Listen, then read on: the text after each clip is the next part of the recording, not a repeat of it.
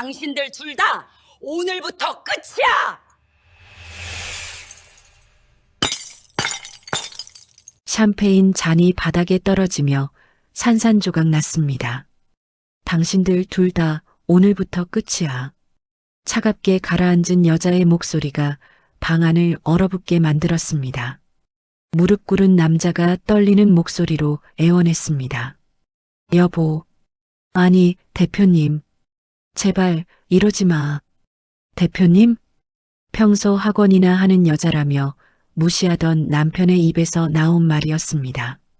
그 옆에는 명품 드레스가 찢어진 채 바닥에 주저앉은 여자가 울고 있었습니다.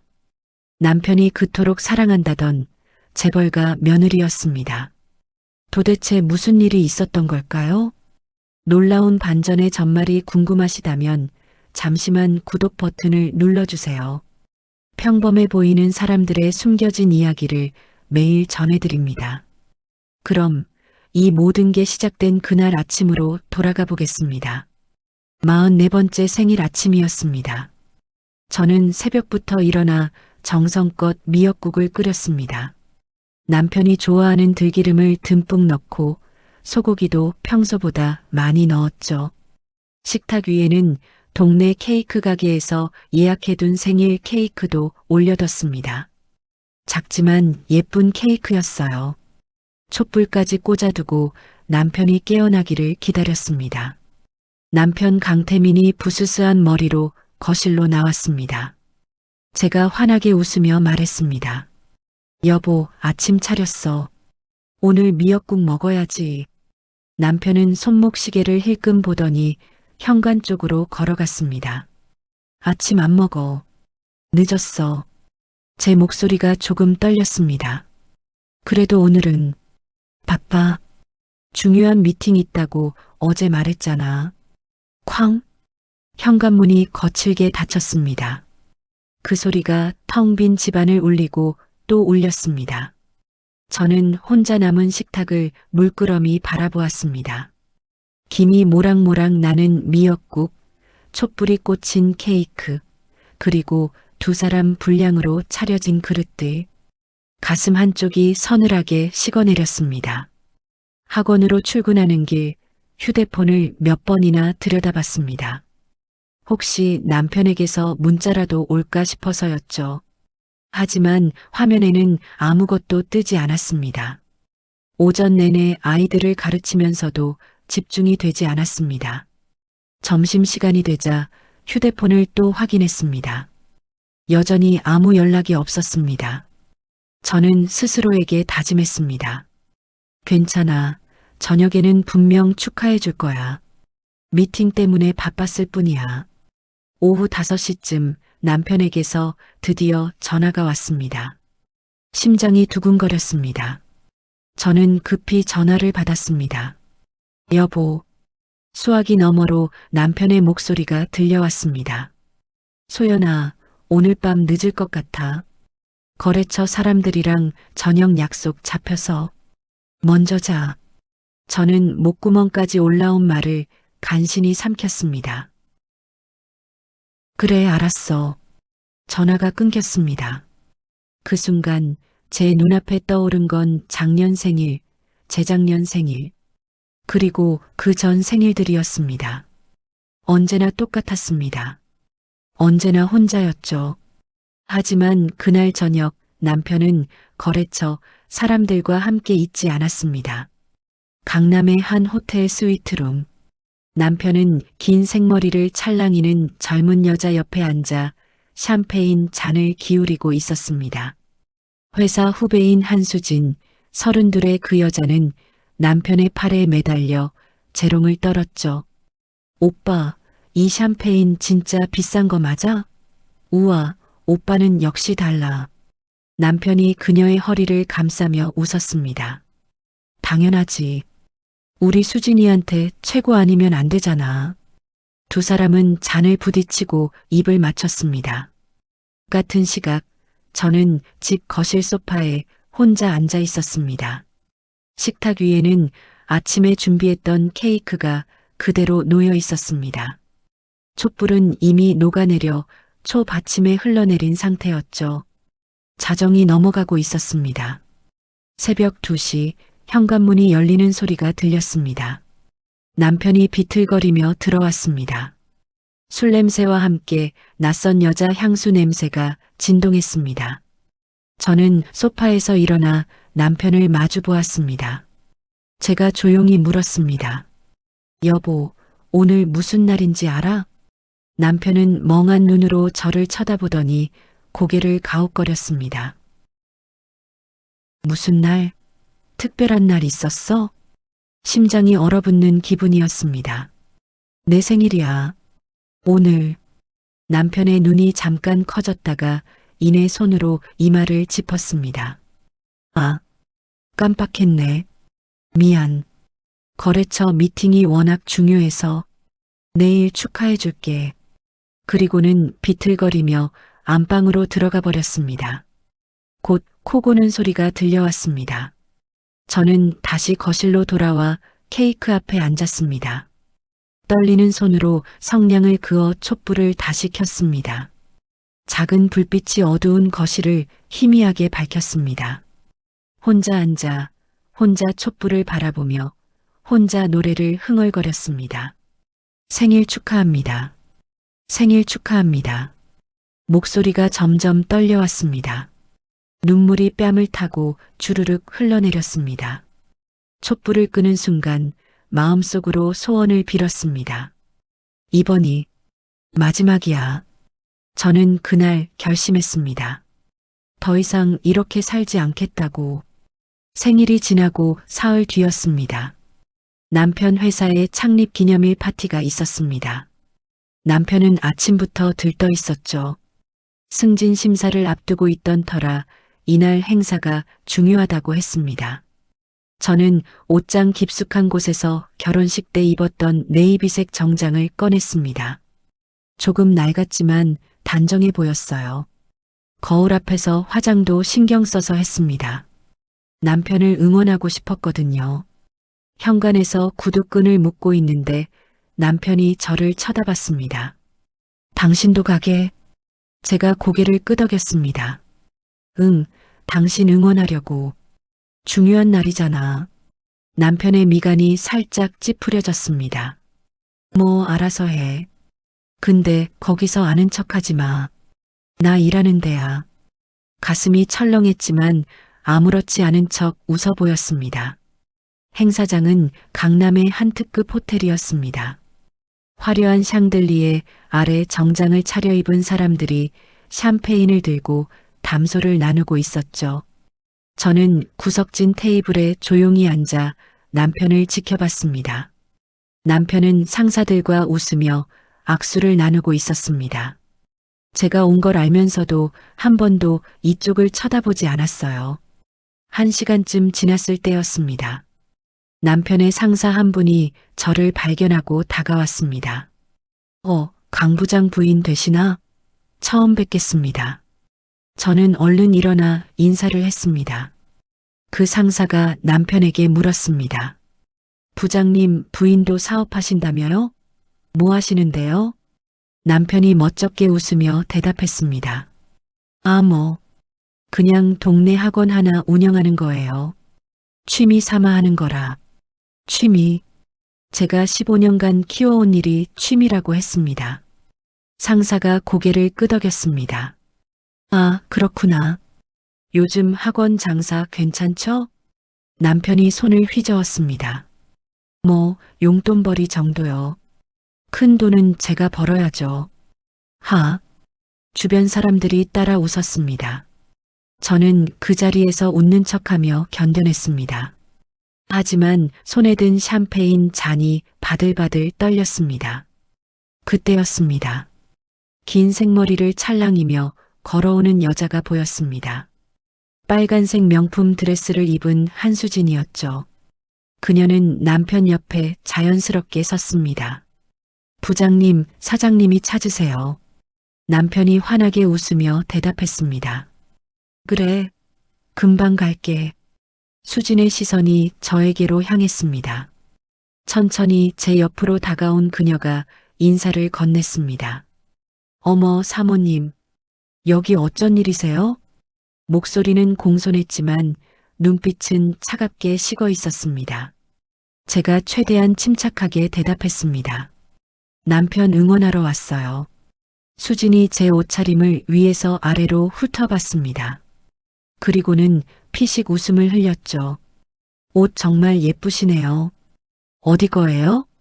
혹시 동대문? 주변에 있던 몇몇 사람들이 킥킥거리며 웃었습니다. 제 얼굴이 화끈거렸습니다. 수진이 다시 입을 열었습니다. 아, 그리고 사모님. 학원 애들은 괜찮아요? 요즘 학부모들 까다롭다던데. 남편은 바로 옆에서 그 모든 걸 듣고도 아무 말이 없었습니다. 오히려 민망한 표정으로 시선을 피할 뿐이었죠. 저는 더 이상 그 자리에 있을 수 없었습니다. 화장실 좀 다녀올게요. 비틀거리며 행사장을 빠져나왔습니다. 화장실 거울 앞에 섰습니다. 거울 속 제 모습이 초라하게 느껴졌습니다. 낡은 정장, 어설픈 화장, 그리고 눈가에 맺힌 눈물. 휴지로 조심스럽게 눈물을 닦았습니다. 화장이 번지면 안 됐으니까요. 거울 속 제 눈을 똑바로 쳐다봤습니다. 언제까지 이렇게 살 거야? 언제까지 무시당하고 살 거야? 심장이 쿵쿵 뛰기 시작했습니다. 행사장으로 돌아가지 않았습니다. 그냥 택시를 타고 집으로 왔죠. 거실 소파에 앉아 멍하니 있다가 문득 서재로 걸어갔습니다. 오래된 파일 캐비닛을 열었습니다. 맨 아래 서랍 가장 깊숙한 곳에 보관해둔 서류 한 뭉치를 꺼냈습니다. 표지에는 이렇게 적혀 있었습니다. 소연교육 주식회사 마이너스 대표이사 이소연. 그 아래 빼곡하게 적힌 숫자들. 전국 가맹점 120개, 연매출 300억. 저는 서류를 펼쳐들고 한참을 들여다봤습니다. 그리고 천천히 휴대폰을 꺼내 어딘가로 전화를 걸었습니다. 저예요. 내일 오전에 긴급회의 소집해 주세요. 중요한 결정을 내려야 할 것 같아요. 전화를 끊고 창밖을 바라봤습니다. 밤하늘에 별이 총총히 빛나고 있었습니다. 이제 모든 걸 바꿀 시간이었습니다. 그날 아침도 남편은 캐리어를 끌고 나갔습니다. 일주일 정도 출장 다녀올게. 동남아 쪽 신규 사업 건으로 중요한 미팅이야. 저는 주방에서 설거지를 하면서 대답했습니다. 잘 다녀와요. 조심하고. 남편이 현관문을 나서며 마지막으로 한마디 던졌습니다. 연락 잘 안 될 수도 있어. 현지 일정이 빡빡해서. 쾅! 문이 닫혔습니다. 저는 설거지를 멈추고 창가로 다가갔습니다. 블라인드 사이로 내려다보니 남편이 택시에 오르고 있었죠. 택시 뒷좌석에는 이미 누군가 앉아 있었습니다.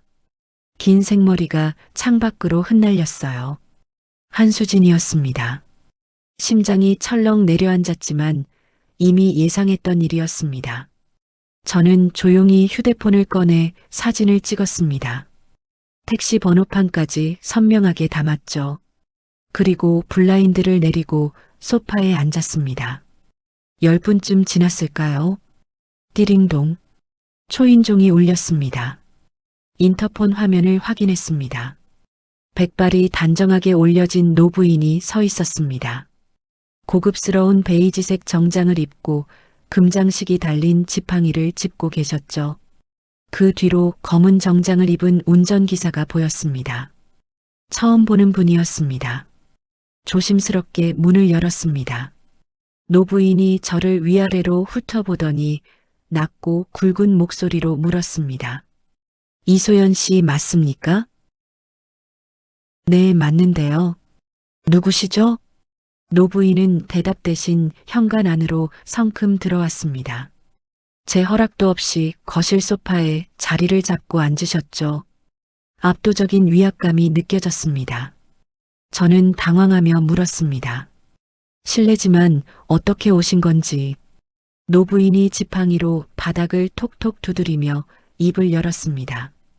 내 소개부터 하지. 나는 정혜숙이라고 하오. 한강그룹 회장이고 한강그룹 그 이름을 모를 사람이 없었습니다. 제게 서열 10위 안에 드는 대기업이었으니까요. 정 회장이 품속에서 두툼한 갈색 봉투를 꺼내 탁자 위에 툭 던졌습니다. 그 봉투 열어보시오. 떨리는 손으로 봉투를 열었습니다. 수십 장의 사진이 쏟아져 나왔습니다. 인천공항 출국장. 남편과 수진이 손을 잡고 걷고 있었습니다. 리조트 수영장.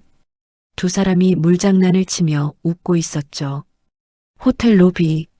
남편이 수진의 허리를 감싸고 있었습니다. 마지막 사진. 두 사람이 입을 맞추고 있었습니다. 손이 바들바들 떨렸습니다. 정 회장이 차갑게 말했습니다. 당신 남편이 우리 며느리와 놀아나고 있어. 며느리라는 단어에 고개를 번쩍 들었습니다. 며느리요? 한수진. 내 차남의 아내요. 지금 남편이 미국에서 MBA 공부하는 중이지. 3개월 후면 귀국해서 우리 그룹 전무로 일할 사람이요.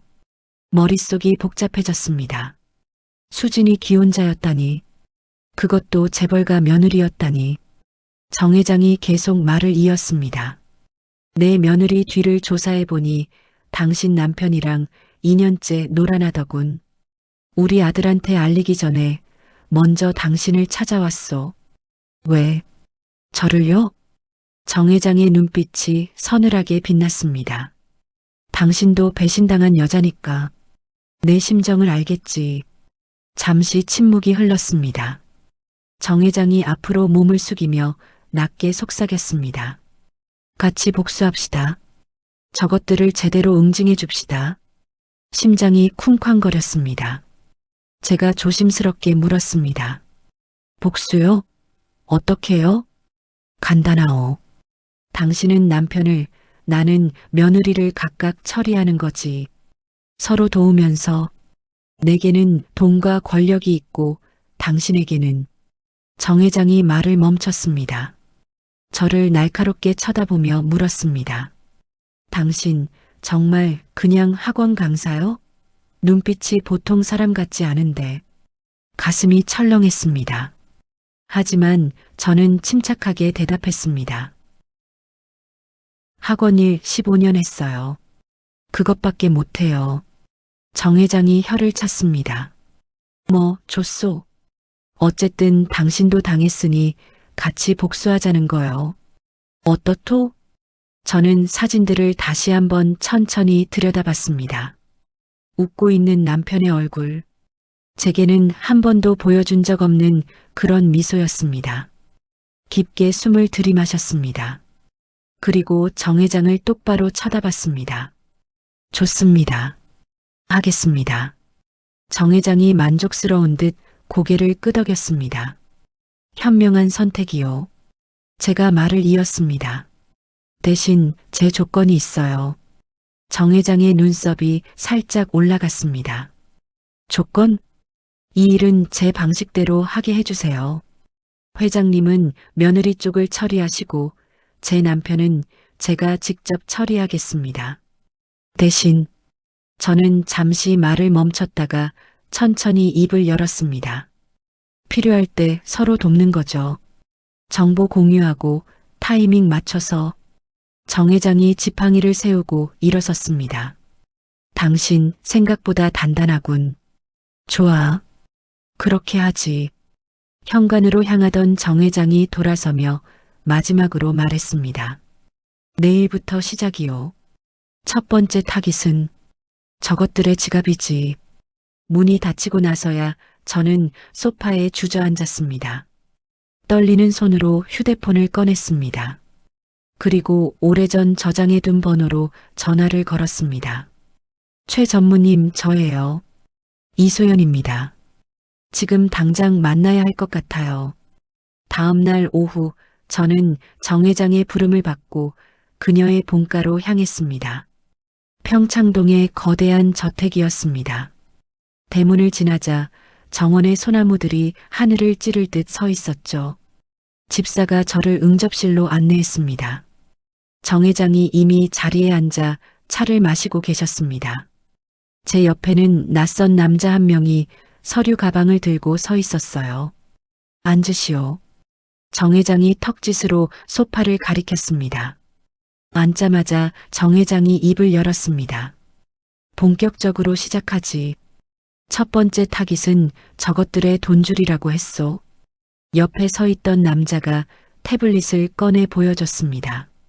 남편 태민의 모든 계좌 내역이 한눈에 보였죠. 이 사람이 우리 그룹 법무팀 이사요. 자네 남편 계좌 조사를 맡겼지. 이사가 공손하게 고개를 숙였습니다. 저도 준비해온 서류 뭉치를 꺼냈습니다. 저도 조사해뒀어요. 정 회장의 눈썹이 올라갔습니다. 서류를 펼쳐 보이며 설명했습니다. 남편 명의로 된 신용카드가 6개예요. 주거래 은행 계좌가 2개고요. 여기 보세요.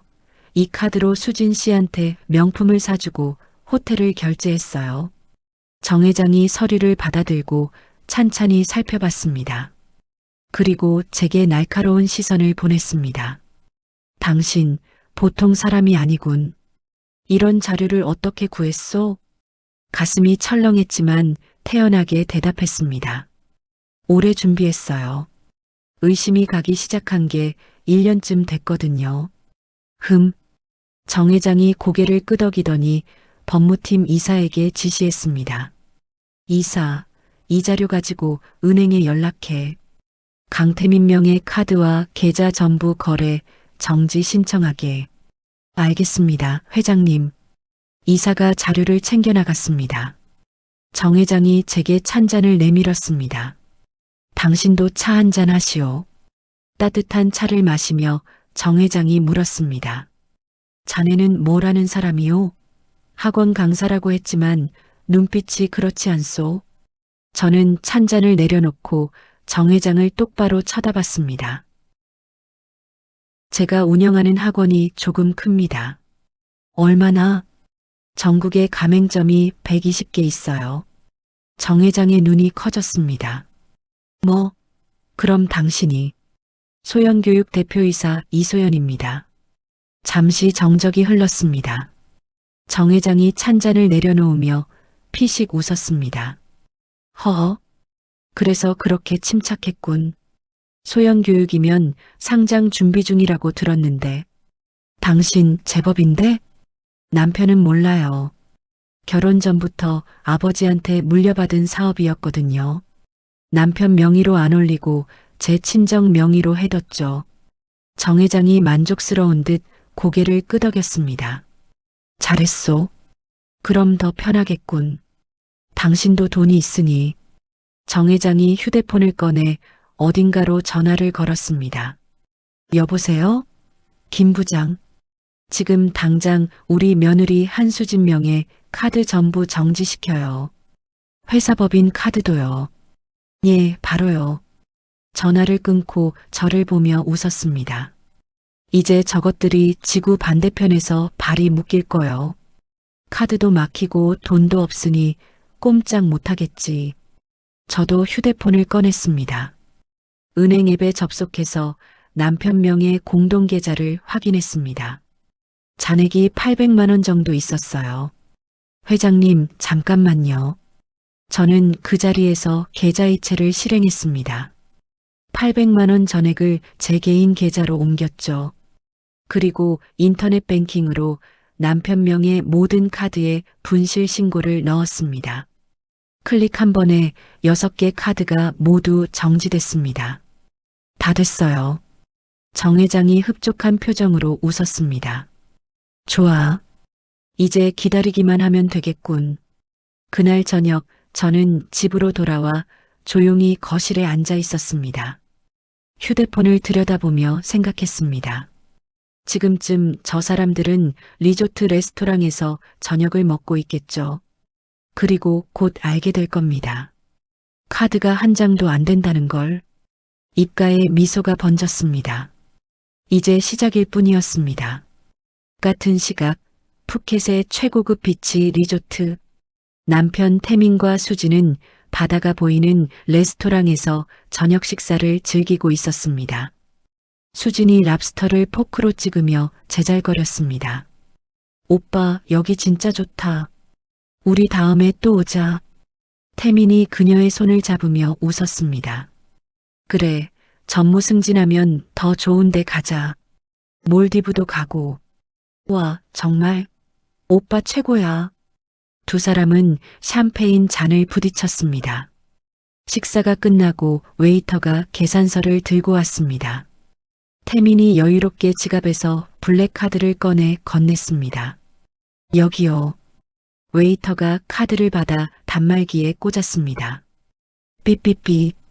날카로운 거부음이 울렸습니다. 태민의 미간이 살짝 찌푸려졌습니다. 이상한데. 다시 해봐요. 웨이터가 다시 한번 긁었지만 결과는 같았습니다. 손님, 죄송하지만 이 카드는 거래 정지된 카드라고 나옵니다. 뭐? 태민이 당황해서 지갑을 뒤졌습니다. 다른 카드를 꺼내 내밀었죠. 이걸로 해봐요. 두 번째 카드도 거절당했습니다. 세 번째, 네 번째 카드까지 전부 안 됐습니다. 주변 테이블 손님들이 하나둘씩 쳐다보기 시작했습니다. 태민의 얼굴이 빨개졌습니다. 이게 무슨... 아니, 이럴 리가 없는데. 수진이 불안한 눈빛으로 태민의 팔을 잡았습니다. 오빠, 왜 그래? 무슨 일이야? 잠깐만, 내가 확인 좀. 태민이 급히 휴대폰을 꺼내 은행 앱을 켰습니다. 계좌를 확인하는 순간 얼굴이 하얗게 변했습니다. 잔액이 텅 비어 있었습니다. 이게 뭐야? 손이 떨려서 휴대폰을 제대로 잡지 못할 정도였습니다. 웨이터가 난처한 표정으로 말했습니다. 손님, 현금으로 결제하실 수 있으십니까? 태민이 지갑을 뒤졌지만 현금은 겨우 2,000바트밖에 없었습니다. 하나로 7만 원 정도였죠. 식사비는 4만 바트가 넘었습니다. 잠깐만요. 제가 한국에 전화 좀 해볼게요. 태민이 비틀거리며 자리에서 일어났습니다. 그때 로비 쪽에서 검은 정장을 입은 남자 2명이 걸어왔습니다. 한강그룹 경호팀이었습니다. 그들은 수진에게 다가와 공손하지만 단호하게 말했습니다. 한수진 여사님, 회장님 명령으로 모시러 왔습니다. 수진의 얼굴이 창백해졌습니다. 지금, 왜? 즉시 귀국하셔야 합니다. 출국 수속은 저희가 도와드리겠습니다. 잠깐, 나 지금 여행 중이라고. 오빠랑 같이 왔다고. 하지만 경호원들은 이미 그녀의 팔을 부드럽게 잡았습니다. 태민이 달려와 소리쳤습니다. 야, 이 사람들아. 지금 뭐 하는 거야? 경호원 중 한 명이 차갑게 대답했습니다. 죄송하지만 이건 한강그룹 내부 사안입니다. 방해하지 마십시오. 수진이 끌려가며 태민을 돌아봤습니다. 오빠 도와줘.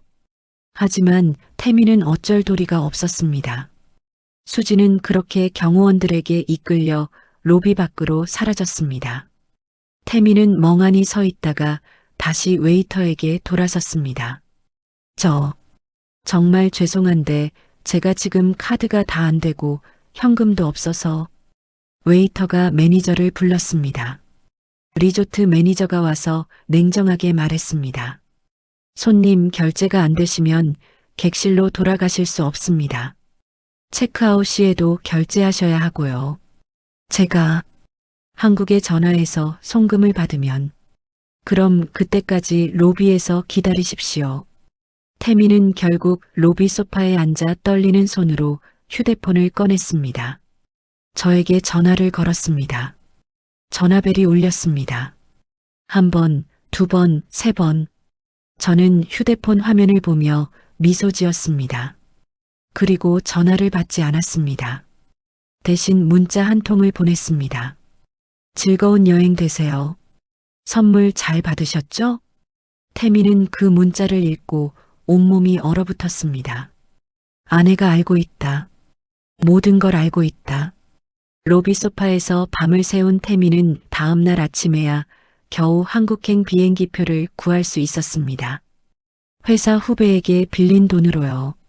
비행기 안에서 태미는 창밖을 멍하니 바라보며 생각했습니다.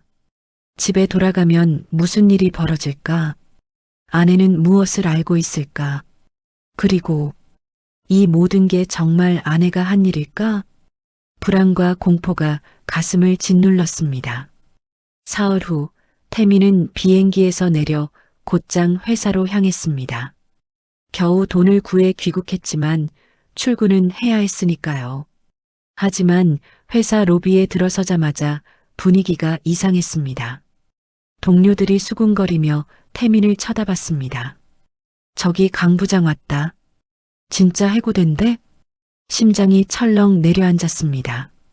급히 엘리베이터를 타고 영업부로 올라갔습니다. 책상 위에 노란 봉투가 놓여 있었습니다. 떨리는 손으로 봉투를 열었습니다. 징계위원회 소환 통지서. 그 아래 작은 글씨로 이렇게 적혀 있었죠. 횡령 및 업무상 배임 혐의. 온몸에 식은땀이 흘렀습니다. 강 부장. 뒤에서 목소리가 들렸습니다. 인사팀 차장이었습니다. 사장님이 찾으십니다. 지금 당장 올라오래요. 사장실 문을 열고 들어가자 사장이 차갑게 앉아 있었습니다. 앉아. 태민이 의자에 앉자 사장이 서류 뭉치를 앞으로 밀었습니다. 이게 뭔지 알아? 서류를 펼쳐보니 태민이 거래처와 짜고 리베이트를 받은 내역이 낱낱이 적혀 있었습니다. 이건 누가? 증거 제보자가 있어. 사장이 서류 한 장을 더 내밀었습니다. 제보자 란에 적힌 이름. 소연교육 대표이사 이소연. 태민의 머리가 하얗게 변했습니다. 소연교육? 그게 우리 와이프가. 사장이 피식 웃었습니다. 부장 부인이 소연교육 오너였어? 몰랐네. 그 회사 요즘 잘 나가던데. 아니, 이게 무슨. 강 부장, 아니 강태민 씨. 당신 오늘부로 해고야. 짐 싸서 나가. 그리고 횡령한 돈은 법적으로 청구할 거니까 각오해. 태민은 말문이 막혔습니다. 비틀거리며 사장실을 나왔습니다. 엘리베이터를 타고 내려오는 내내 머릿속이 하얗게 비어 있었습니다. 아내가 소연교육 대표? 그게 말이 돼? 집으로 가는 택시 안에서도 정신을 차릴 수 없었습니다. 집 앞에 도착했을 때였습니다. 검은색 고급 세단 한 대가 멈춰 섰습니다. 운전기사가 내려 뒷문을 열었습니다. 그리고 차에서 내린 사람은 아내 소연이었습니다. 하지만 제가 아는 소연이 아니었습니다.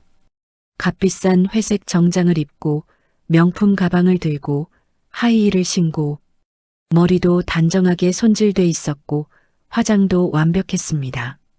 마치 완전히 다른 사람 같았습니다. 태민이 다가가며 말했습니다. 소연아. 아니 당신. 소연이 차갑게 저를 올려다봤습니다. 눈빛이 달랐습니다. 더 이상 순종적이거나 불안해하지 않았습니다. 당신, 이제부터 제 이름 함부로 부르지 마세요. 뭐? 전 이제 당신의 여보가 아니에요. 소연교육 이소연 대표예요. 태민의 입이 떡 벌어졌습니다. 소연이 가방에서 서류 봉투를 꺼내 태민의 가슴에 툭 던졌습니다. 이혼 소장이에요. 변호사 통해서 연락 받을 거예요. 위자료는? 그러게요. 50억 정도? 50억? 제가 번 돈이 그 정도 되거든요.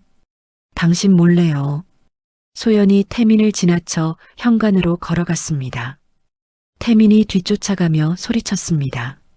소연아. 아니, 대표님. 이게 무슨 짓이야. 나 회사에서 잘렸어. 당신이 제보했다며. 소연이 현관 비밀번호를 누르며 돌아봤습니다. 네, 제가 했어요. 당신이 횡령한 거 다 알고 있었거든요. 1년 전부터요. 1년 전부터? 수진 씨랑 노란한 것도 처음부터 알고 있었어요. 증거 모으느라 기다렸죠. 태민의 얼굴이 사색이 됐습니다. 소연이 문을 열고 들어가며 마지막으로 말했습니다. 아, 그리고 당신 짐은 현관에 놔뒀어요. 여기는 제 집이니까 들어오지 마세요. 비밀번호도 바꿨고요. 쾅! 문이 닫혔습니다. 태민은 문 앞에서 멍하니 서 있었습니다. 현관 옆에 놓인 박스 3개. 자신의 짐이었습니다. 주저앉아 머리를 감싸쥐었습니다. 모든 게 무너져 내렸습니다. 회사, 돈, 아내, 집. 하루 만에 모든 걸 잃었습니다. 그리고 그 모든 게 아내가 계획한 일이었다는 것을. 일주일 뒤 한강그룹 본사 회의실이었습니다. 저는 정 회장의 초대를 받아 그 자리에 참석했습니다. 회의실 안은 냉기가 감돌았습니다. 긴 테이블의 상석에는 정 회장이 앉아 있었고 그 옆자리에 제가 앉았습니다. 맞은편에는 수진이 창백한 얼굴로 고개를 숙이고 있었죠. 그 옆에는 수진의 남편 정민재가 차갑게 굳은 표정으로 앉아 있었습니다. 미국에서 급히 귀국한 그는 어머니에게서 모든 걸 전해 들었다고 했습니다. 정 회장이 입을 열었습니다. 자, 이제 정리를 해야겠지. 소연 대표, 자료 좀 주시겠소? 저는 준비해온 태블릿을 꺼내 회의실 스크린에 연결했습니다. 화면에 사진들이 하나씩 떠올랐습니다. 공항, 리조트, 호텔, 키스 장면. 수진과 태민의 불륜을 증명하는 모든 증거였습니다. 민재의 주먹이 테이블을 쾅 내리쳤습니다. 이게 다 진짜야? 수진이 눈물을 흘리며 고개를 들었습니다. 오빠 미안해. 내가 정말 미안해. 나도 모르게. 닥쳐. 민재의 목소리가 회의실을 울렸습니다. 정 회장이 차갑게 말했습니다. 한수진 씨, 당신은 오늘부로 우리 가문에서 쫓겨나는 거요. 위자료? 그런 건 꿈도 꾸지 마시오. 수진이 바닥에 무릎을 꿇었습니다. 어머님, 제발이요. 한 번만 용서해 주세요. 다시는 이런 일 없을 거예요. 하지만 정 회장은 고개도 돌리지 않았습니다. 민재가 서류 뭉치를 수진 앞에 던졌습니다. 이혼장이야. 서명해. 지금 당장. 오빠, 난 이제 내 오빠 아니야. 남남이지. 수진은 떨리는 손으로 펜을 집어들었습니다. 서명하는 순간 눈물이 서류 위로 뚝뚝 떨어졌습니다. 정 회장이 저를 돌아보며 말했습니다. 소연 대표, 당신 남편 쪽은 어떻게 됐소? 법원에서 조정 끝났어요. 위자료 50억에 재산 분할 전액 포기 판결 났습니다. 50억? 민재가 눈을 크게 떴습니다. 정 회장이 피식 웃었습니다. 소연 대표는 프랜차이즈 기업 CEO요. 연 매출이 300억이 넘는다오. 수진이 고개를 들어 저를 쳐다봤습니다. 눈에는 믿을 수 없다는 표정이 가득했습니다. 당신이 CEO? 제가 차갑게 대답했습니다. 네. 놀라셨어요? 당신 남편한테 매달렸던 그 여자가 사실은 학원이나 하는 사람이었다고요. 수진의 얼굴이 새하얗게 질렸습니다. 정 회장이 자리에서 일어났습니다. 오늘로 모든 게 끝났소. 한수진 씨, 당신은 이 건물에서 나가는 순간부터 우리와는 아무 관계도 없소. 수진은 비틀거리며 일어났습니다. 회의실을 나가는 그녀의 뒷모습은 처량하기 그지없었습니다. 민재도 아무 말 없이 자리를 떴습니다. 회의실에는 저와 정 회장만 남았습니다. 정 회장이 찬잔을 들며 말했습니다. 수고했소, 소연 대표. 당신 덕분에 깔끔하게 정리됐군. 저도 회장님 덕분이에요. 이제 우리 각자 새 출발이요. 나는 아들한테 좋은 며느리 다시 구해줘야겠고, 당신은. 정 회장이 잠시 말을 멈췄다가 미소 지었습니다. 당신은 이제 진짜 CEO로 살면 되겠소. 저도 미소로 화답했습니다. 회의실을 나서는 길, 엘리베이터를 기다리는데 휴대폰이 울렸습니다. 태민이었습니다. 여보, 아니 소연 씨. 제발 한 번만 만나줘. 내가 정말 잘못했어. 다시 시작할 수 없을까? 제가 차갑게 대답했습니다.